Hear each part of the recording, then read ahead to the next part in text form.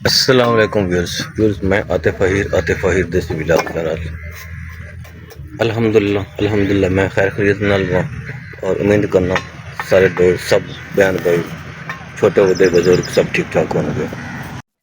Viewers आज तो village सारा थोड़ा और टाइप आज असं तुहानू थोड़ी अज दिखावांगे तामीरात असं एक ना कंस्ट्रक्शन कर रहे हैं वो उस मुतालिक थोड़ा है तो सारा कुछ दिखावांगे। कुछ मसरूफियात नाल वीडियो एक दो दिन नहीं है। आज फिर असं तुहानू दिखावांगे किसी 5 मरले का इतना हॉल टाइप बना रहे हैं वो हिसाब नाल दिखावांगे।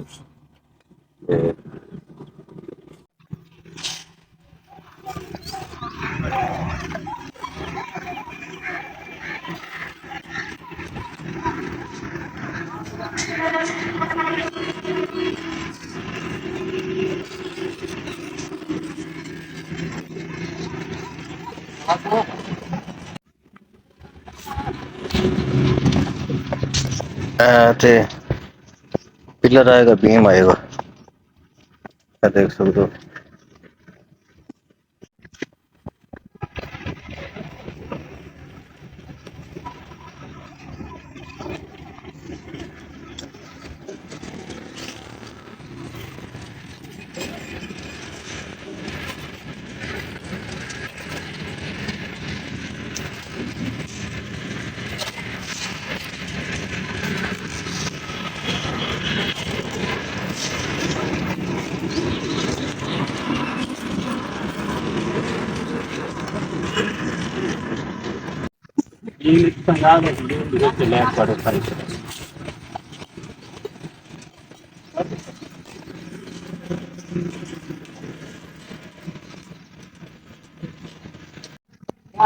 देसी माहौल में कंस्ट्रक्शन हो रहे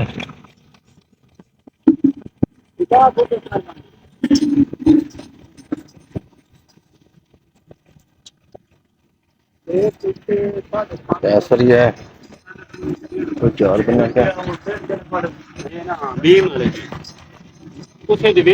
साढ़े नाल इस वक्त ना मौजूद ने अब्बास साहब ते इंजीनियर ने इन्हें थोड़ा इन्होंने पुछने कितना खर्चा आएगा तो क्या कुछ ना ये बना रहे हैं। जी अब्बास साहब क्या हाल है? ठीक ठाक। माशाअल्लाह। अबे क्या बना रहे हो?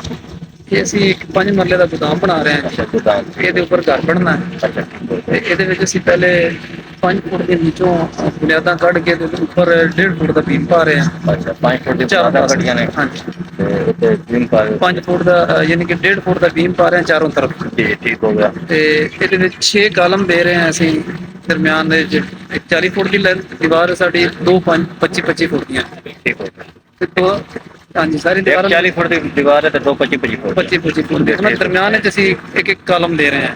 ठीक हो 6 ਫੁੱਟ ਦਾ ਸਰੀਆ ਪਾ ਕੇ 6 फुट का ਉਹ ਕਾਲਮ ਅਸੀਂ ਦੇ ਰਹੇ ਹਾਂ 9 ਇੰਚੀ ਬਾਈ 12 ਇੰਚ ਦਾ, ठीक हो गया। ਜਿਹੜਾ ਤੋੜ ਤੱਕ ਛੱਤ ਤੱਕ ਜਾਏਗਾ।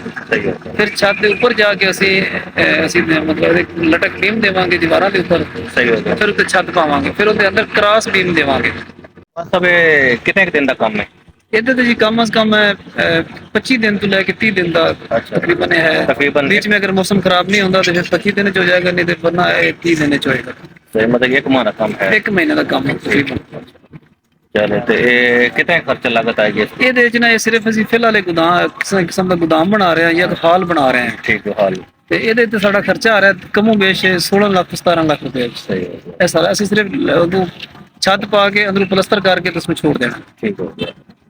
चलो 16 से 17 लाख का मतलब 16 ਤੋਂ 17 ਲੱਖ ਰੁਪਏ ਦਾ ਖਰਚਾ ਹੈ। 40 बाई 25 है? 40 ਬਾਈ 25। ठीक हो गया। चलो माशाअल्लाह। और सब लंटर ते कितना एक का सरिया लगेगा? लंटन ਤੇ ਅਸੀਂ ਪਾ ਰਹੇ ਹਾਂ तकरीबन 1 टन सरिया। सीमेंट सरिया ठीक है। ਹਾਂਜੀ और कितना इस्तेमाल होगा लंटर से? सीमेंट लिंटर 55 बोरी तकरीबन लग गया। 55 बोरी सीमेंट होगी। एक टन का इस्तेमाल ठीक है। ये साड़ी उसका दिखाया है कि इतना उससे खर्चा आ जाएगा, इतना टाइम लगेगा। तो ऐसा ऐसा जिम्मे नाल नाल बनता पाया इंशाल्लाह असीं तुहानूं नाल नाल दे बारे अपडेट करते रहांगे, दसते रहांगे और मुख्तलिफ और भी लाग 2-4 बनावांगे इस ते।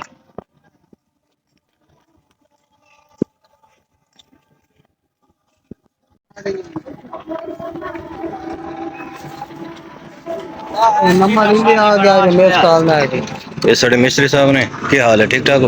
तबीयत शुभ ठीक है? अल्हम्दुलिल्लाह। आप सारा भी नहीं है आसिफ साहब क्या हाल है? ठीक हो? तबीयत शुभ ठीक है? सब ठीक है भाई तुम सारे बिरामन अस्सलाम वालेकुम वालेकुम अस्सलाम वालेकुम। खुश रहो तो खुशी पे बसो आबाद रहो। सलामत रहो तो बीज बात करते रहो बिल्कुल नहीं सड़ाई कुछ ऐसे सारी कंस्ट्रक्शन दोबारा तो दसना ते ऐसी जो है सारा कुछ दिखा दिता ते इंशाअल्लाह हनीफ साहब ने जी पढ़ाओ ये बांस फैक्ट्री के मालिक ने ए जनाब क्या हाल है भाई ने? ठीक और क्या हाल है? ठीक तुसी ठीक हो? हाँ माशाल्लाह माशाल्लाह। तबीयत का क्या हाल है? तबीयत ठीक है चलो अल्लाह पाक सेहत देवे सेहत देवे।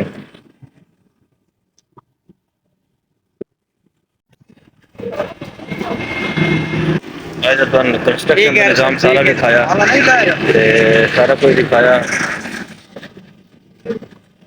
आज का विलाग असी खत्म करने कि अल्लाह पाक सब नु अज रोजी रोटी देवे तो हंसते रहो वसते रहो तो टाला च रहो। अल्लाह हाफिज़।